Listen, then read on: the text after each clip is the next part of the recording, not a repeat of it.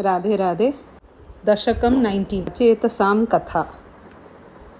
पृतोस्तु नप्ता पृथुधर्मकर्मटः प्राचीनबर्हिर्युवतौ शतधृतौ प्रचेतसो नाम सुचेतसः सुतान् अजीजनक्त्वत्करुणाङ्गकुरानिव पितुः शुश्रूषान्निरतस्य शासनात् भवत्तपस्याभिरता दशापि ते पयोनिधिं पश्चिममेत्य तत्तटे सरोवरं सन्ददुष्मनोहरं तदा भवत्तीर्थमिदं समागतो भवो भवत्सेवकदर्शनाद्धृतः प्रकाशमासाद्य पुरः प्रचेतसाम् उपादिशद्भक्ततमस्तवस्तवं स्तवं जपन्तस्तममी जलान्तरे भवन्तमासे विशतायुतं समाः भवत्सुखास्वारसाधमीष्वियान्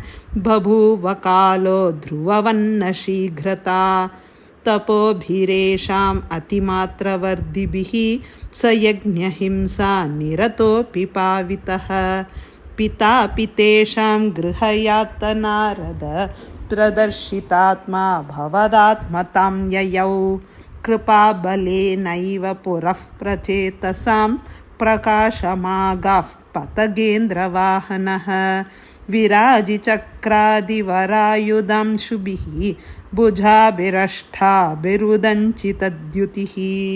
सर्वत्र गोविन्दनाम संकीर्तनं गोविन्द गोविन्द। प्रचेतसां तावदयाचतामपि त्वमेव कारुण्यभराद्वरानदाः भवद्विचिन्तापि शिवाय देहिनां भवत्वसौ रुद्रनुतिश्च कामदा अवाप्य कान्तां तनयां महीरुहां तया रमध्वं दशलक्षवत्सरीं सुतोऽस्तु दक्षो ननु तत्क्षणाच्च मां प्रयास्यतेऽथि न्यगदो मुधैवतान् ततश्च ते भूतलरोधिनस्तरून् क्रुधा दहन्तो द्रुहिणेन वारिताः द्रुमैश्च दत्तां तनयाम् अवाप्यतां त्वदुक्तकालं सुखिनोभिरेमिरे अवाप्य दक्षं च सुतं कृताध्वराः प्रचेतसो नारदलब्धया दिया अवापुरानन्दपदं